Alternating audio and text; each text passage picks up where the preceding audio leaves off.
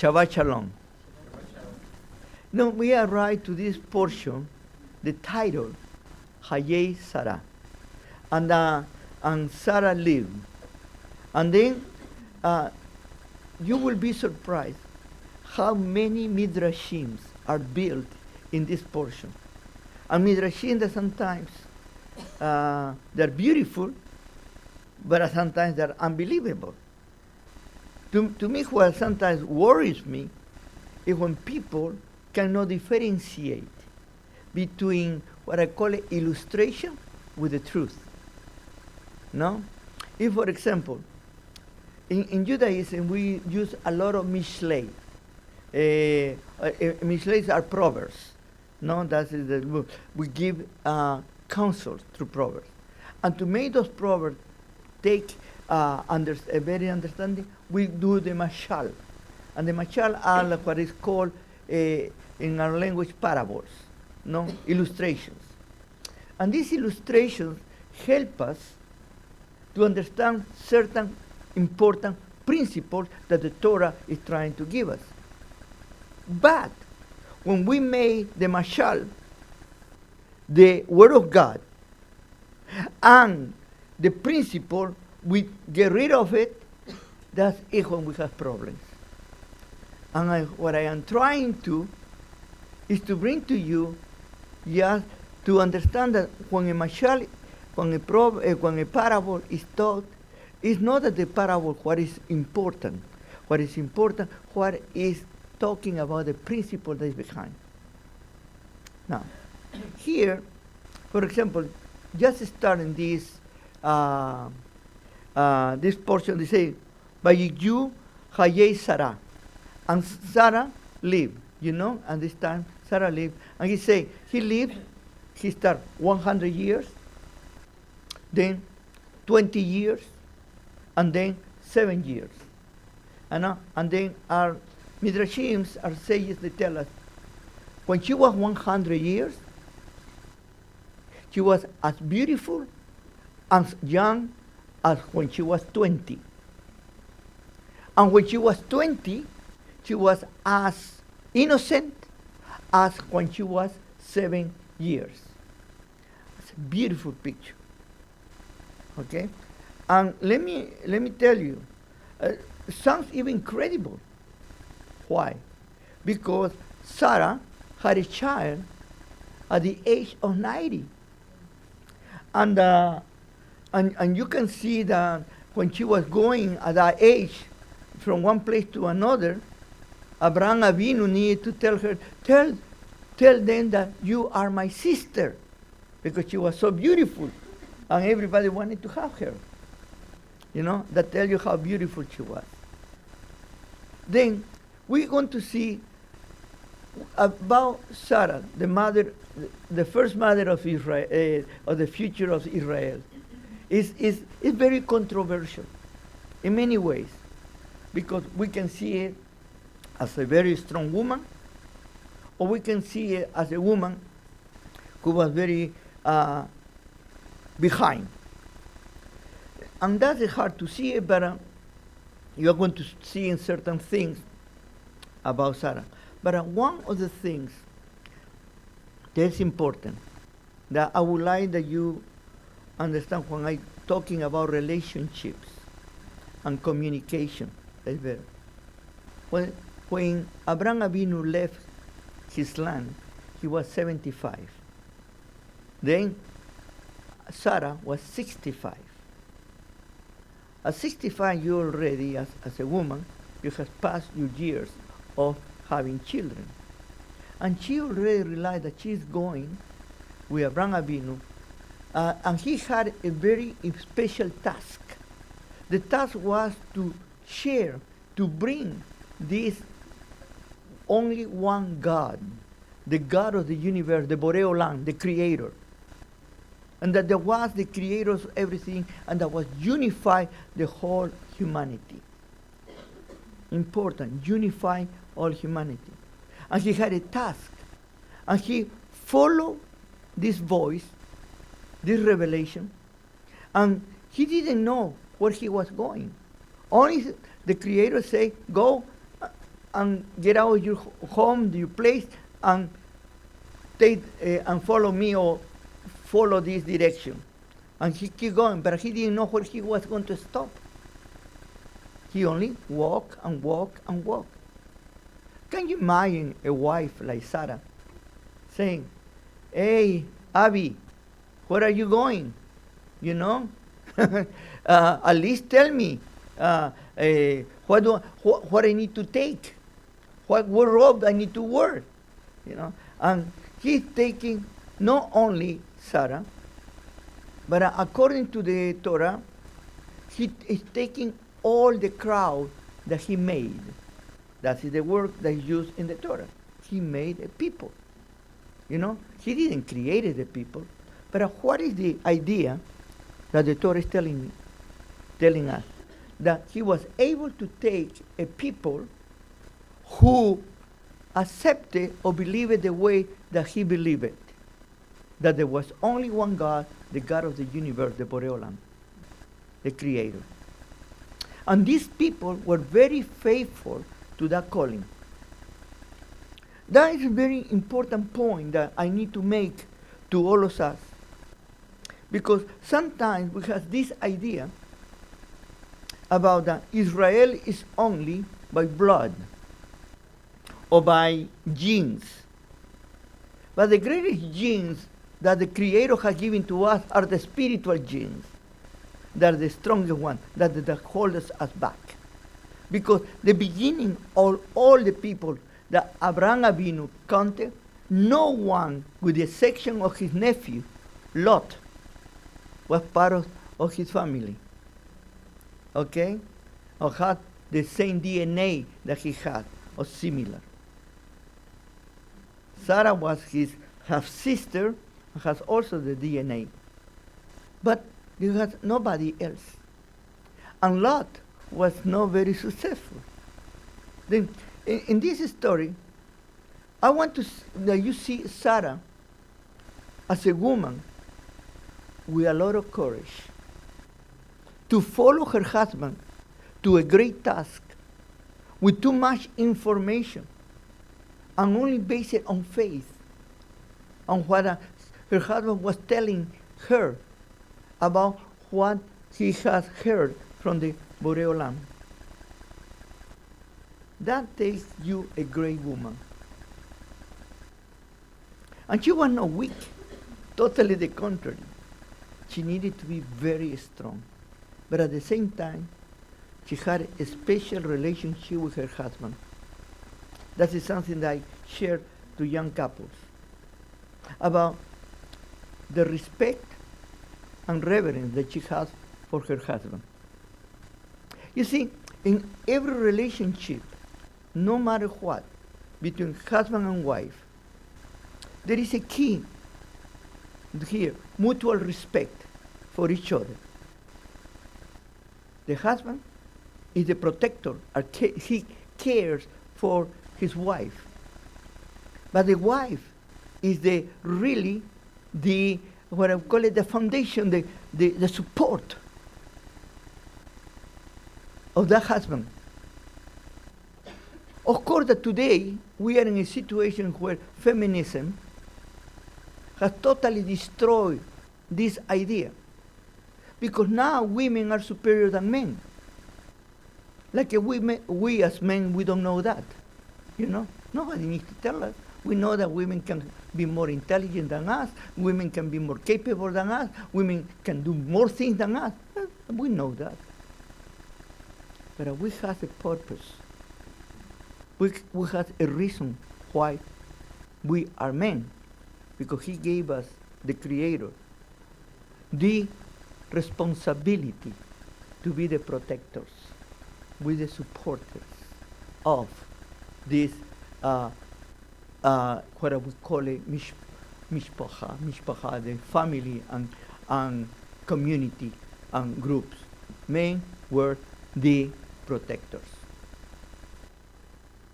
That was the role of men. And the role of woman was the nurturing. Let me ask you this question. Today, we teach just the opposite. And we are changing the roles. And today, very gladly, people say, what's wrong with the roles? Now we can interchange the roles. And everybody happy. Now the man can be a woman, and the woman can be a man. That's okay. And this is a big problem that we are facing today. Because those who we believe in the Torah, those who believe in the scriptures, and we see what the principle that the Creator has given to us, lead us in one way, and the world is telling something totally different. Because the problem here, and I have mentioned this over and over again, that we cannot differentiate about the value of human beings is equal. For God, their value, all of us, we are valuable into His eye. But the equality is different. What I'm trying to tell you is we have the same value, but we are not equal. Because each one has a different function. And if we cannot accept that simple proposition, we are blind and we lack of logic. Here it doesn't say that the woman cannot do jobs of men and men cannot do the jobs of women. What it means is that there is a purpose and there is a reason and there is a design why we are different. Because each one has a purpose. And when we're trying to break those things, the only thing that we are doing is we are going against nature. And this is something that we need to think about it. But let me go back to Sarah and Abraham Avinu. Sarah and Abraham Avinu, they demonstrated in the long years of marriage that there was compassion, there was love, and there was totally given to each other. One simple case that is sometimes difficult to understand it, but I want to make this very clear. The love of Sarah for Abraham Avinu. Look at the love of Sarah for Abraham Avinu. She wanted to have a child. And she realized that she was not going to be able to give a child. And she chose her best maid that she can have. Before the problem with Hagar, it's very obvious that Hagar was very trusted by Sarah. Because Sarah wouldn't give it to Abraham Avinu, a woman that she didn't trust her. And she had it very close to her. I mean, they were very good companions.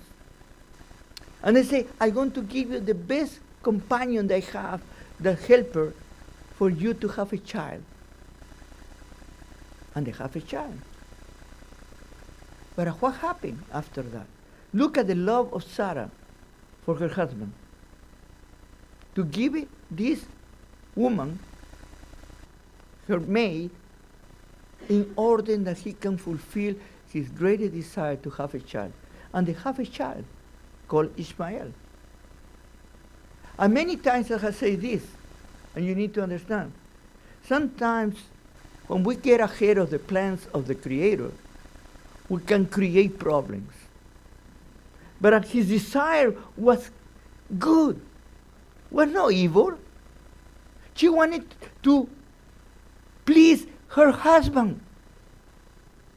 And that tells you the degree of love that she had for him and the respect that he had for him. But with the time something happened, Hagar started feeling, now I am like Sarah, or we are in the same level.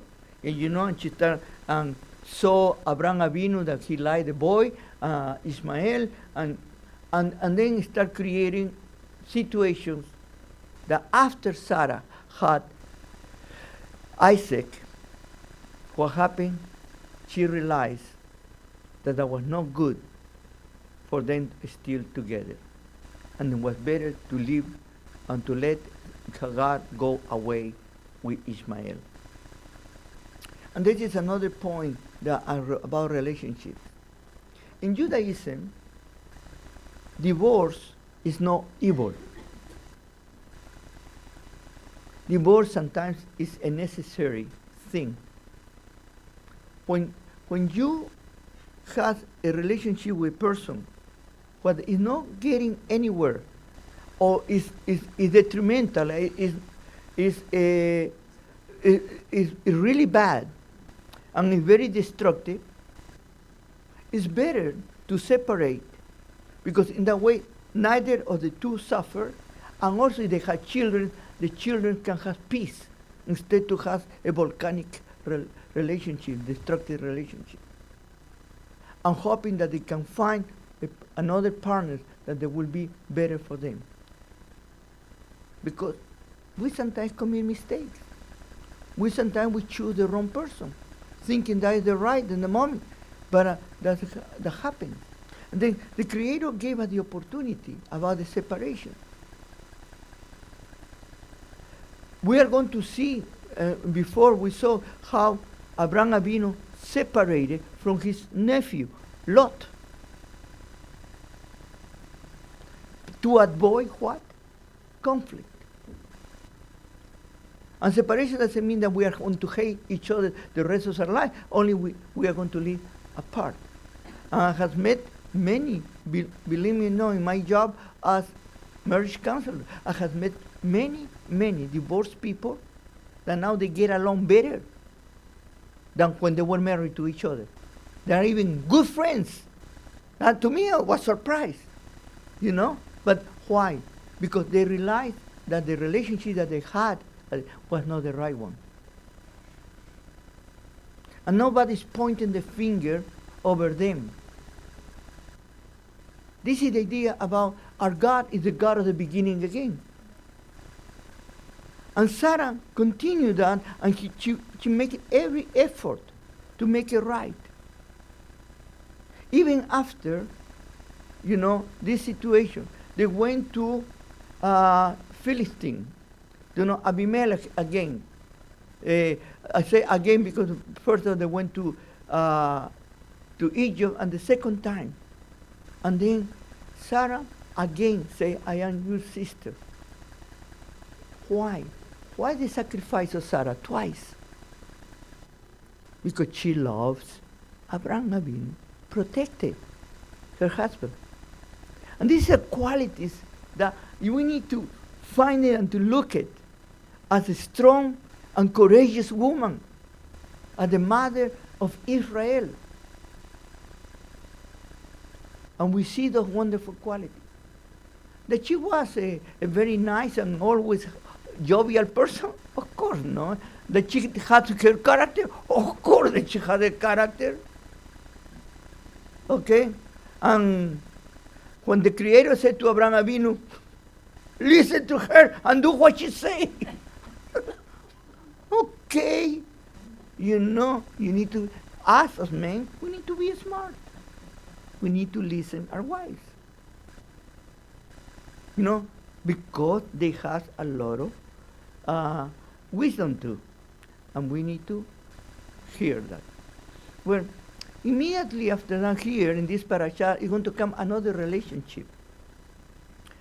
Sarah and Abraham are dying, but comes a new generation. Isaac and Rivka. No? Isaac and Rivka.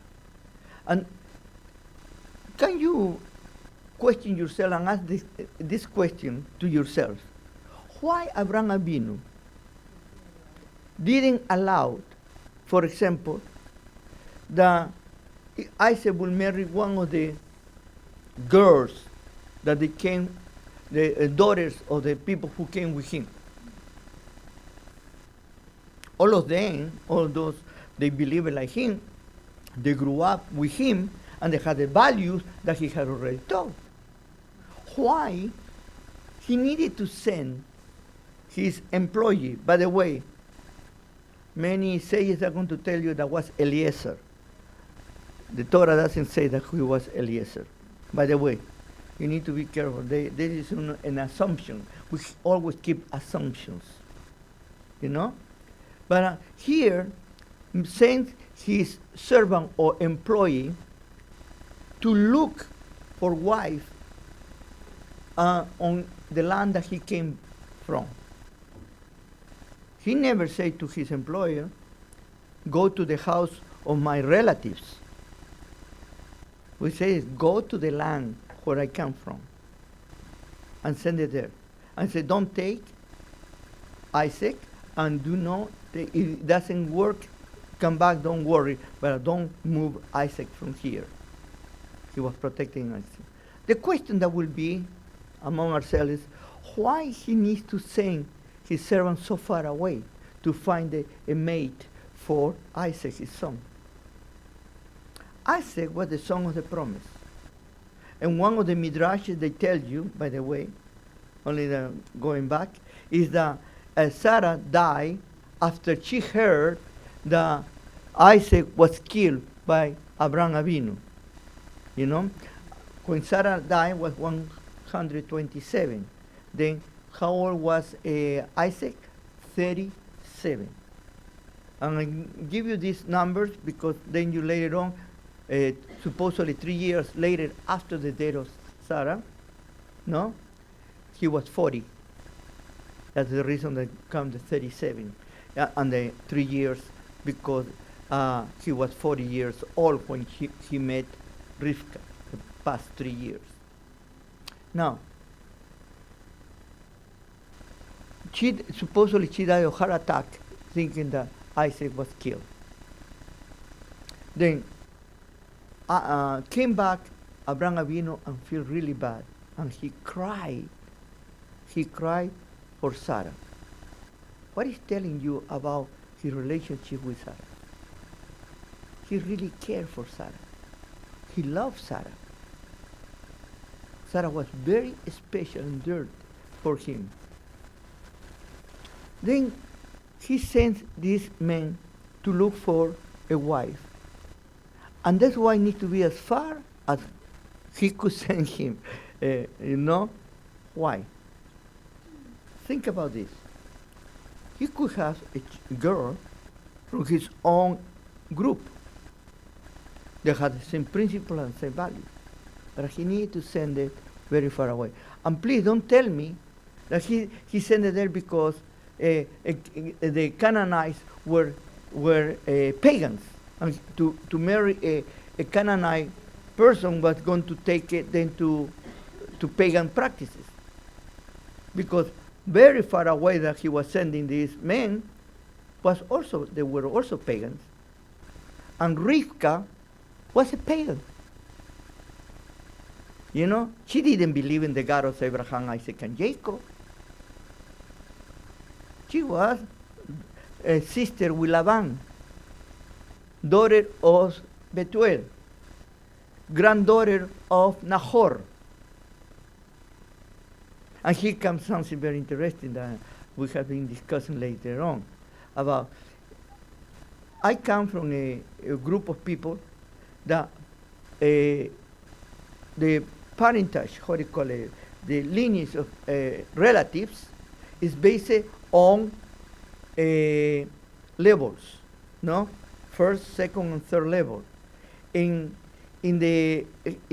North America, it's linear. You know, you go first cousin, second cousin, third cousin, fourth cousin, fifth cousin, seventh cousin. You know, for us, no. For us, it's all is by we call it what do we call it? Generational. It's generational. Okay. For example, if I have a cousin, okay, and my cousin has a child, that child is my niece or nephew. But for Americans, English or Canadian, whatever, there is a second cousin or third cousin. No. Cousin is one generation. Nephews and nieces and third generation. The first generation are parents. The other generation before the parents are the grandparents. You know, grandparents, parents, and aunts and uncles, no, and then you can the cousins, because are all the same generation, and then come the nieces and nephews, and then the grandchildren, all goes down in that direction. Do you know that Rivka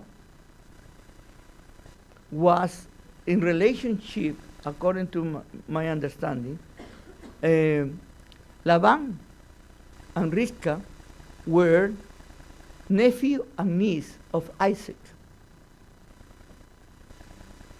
Okay?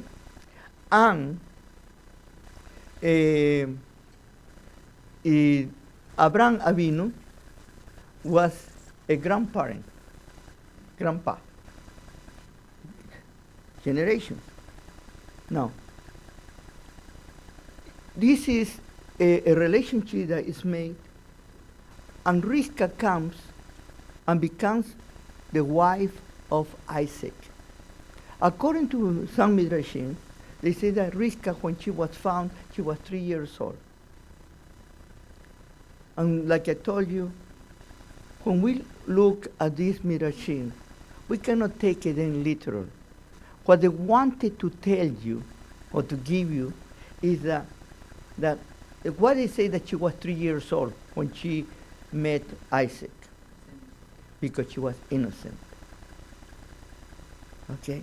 But the truth of the matter was she was not 3 years old. How she was going to take the camels and we want to give water and to talk like an adult and say, yes, I go with them to get married. But you know what is the sad part? There are people who believe it. That's real. And then they say that Isaac wait. When she met Rivka, wait 20 years. That was the reason that Rivka couldn't have children, because she was too young. And then they wait 20 years. When Isaac was 60 years, that's when she got pregnant. Then she was 23. Okay, that's the stories. But what is trying to tell us? The real meaning of this is that they wait long time because she was like Sarah. She was having problems to have children. And the story is telling us something. A very special person is coming when there's nothing normal. When the child cannot come in a normal way and needs to come in a very special way. This is a symbol that this child is going to play a very important role in the Torah. It's very special. A child who comes from a difficult burden, we call it that way, is because this child is going to have something special. The relationship between Rivka and Isaac was very different than the one that was between Abraham and Sarah. But one thing that we see in common is about that Rivka was a very strong woman again. And the mothers of Israel are portrayed one after the other as very strong women. You're going to see later on, Rachel was not an easy person.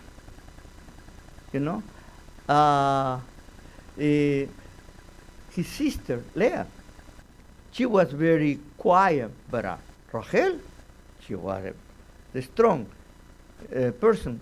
And look at how she was. And we can see over and over again the strong women in the mothers of Israel.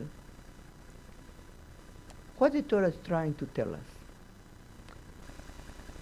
The importance of the women in the formation of Israel. And Israel needed to have a basic, strong foundation. And look at this. Many people tell us that the foundation of a home comes through the father. But I can assure you something that's very important. The father can be the spiritual leader. But if the woman is not as spiritual or more spiritual than the man, the home doesn't go anywhere. It's a failure. The woman is the one that holds the home.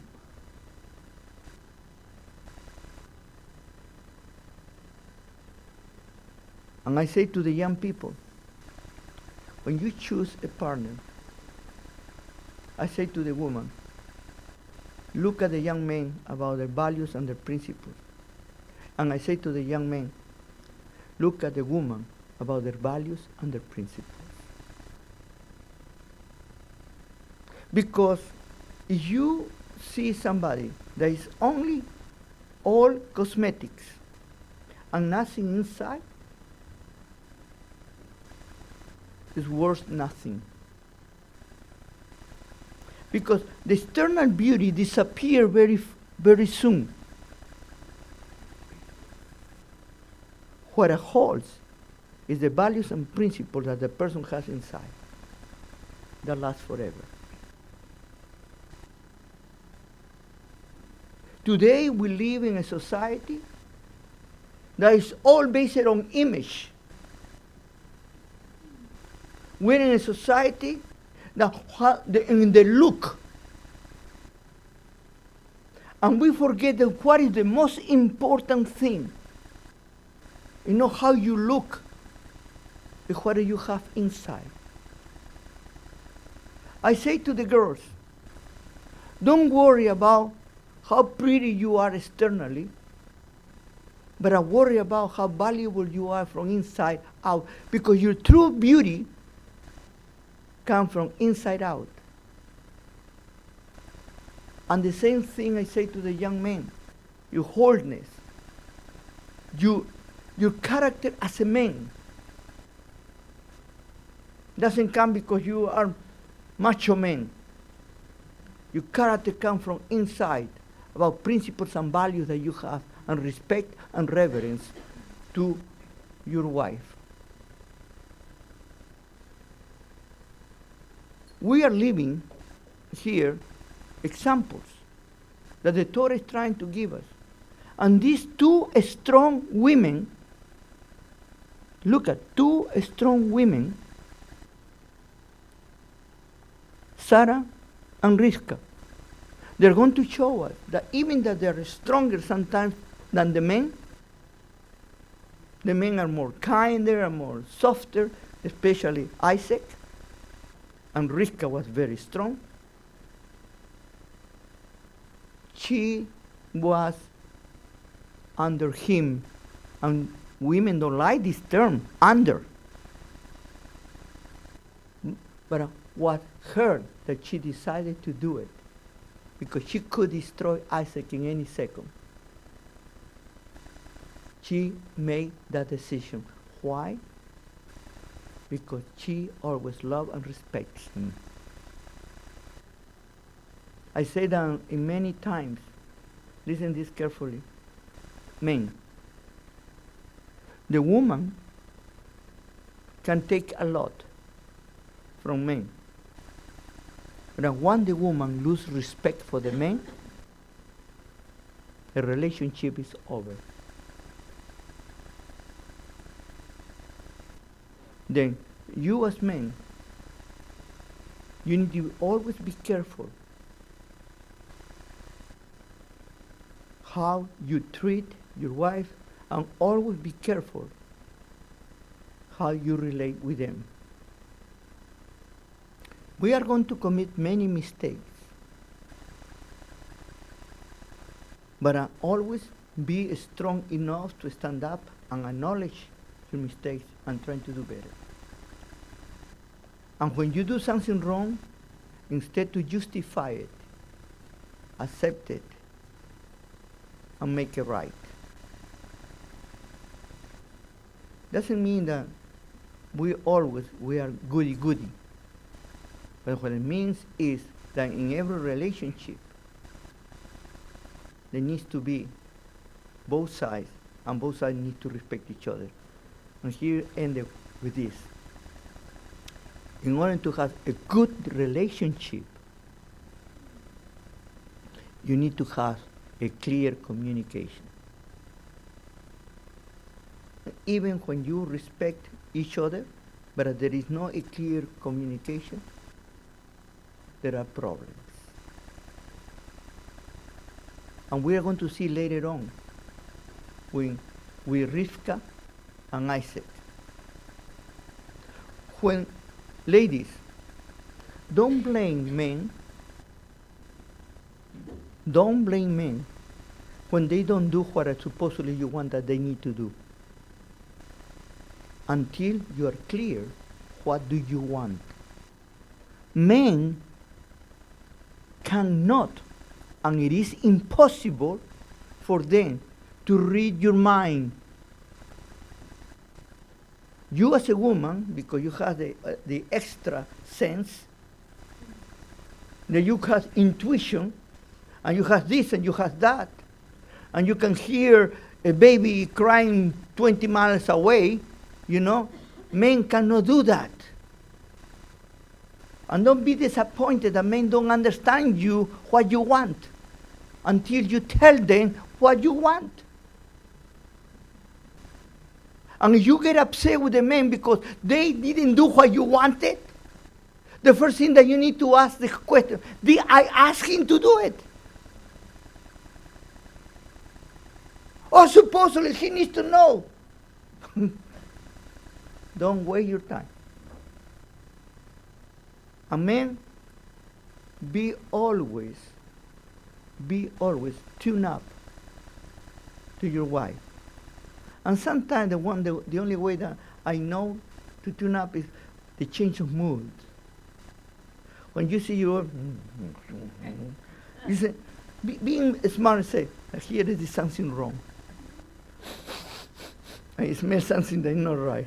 And then you go very carefully, take your distance, but very carefully, and you say, honey, something wrong? You know, and then in that moment she's going to explode, kill you, and then tell you what's wrong. You know, and then you,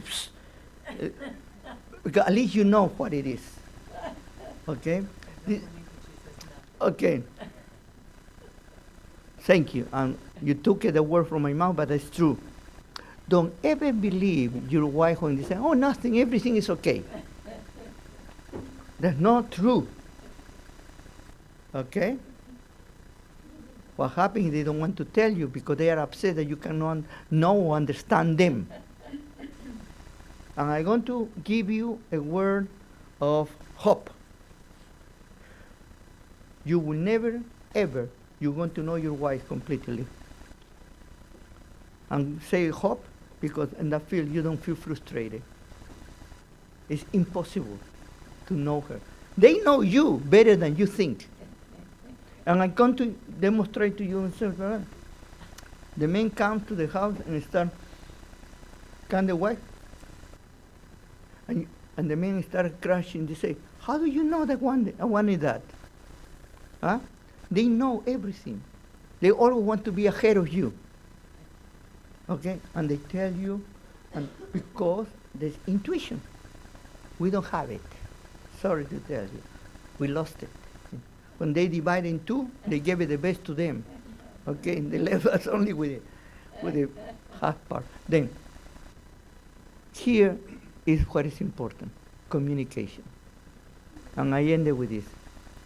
A true communication is not two ways. A true communication, three ways. And please practice it in your life with anybody, but especially with your spouses. You say something like this. You tell something to your spouse. Wait that your spouse repeats what she or he understood. And then the person who gave it say yes or no. This is what I say. And you always want to have a wonderful communication. because the Creator wants for us to have a good relationship among ourselves. And Sarah and Rivka show us, even in such a difficult times that they went through, it's amazing how they were able to survive so many years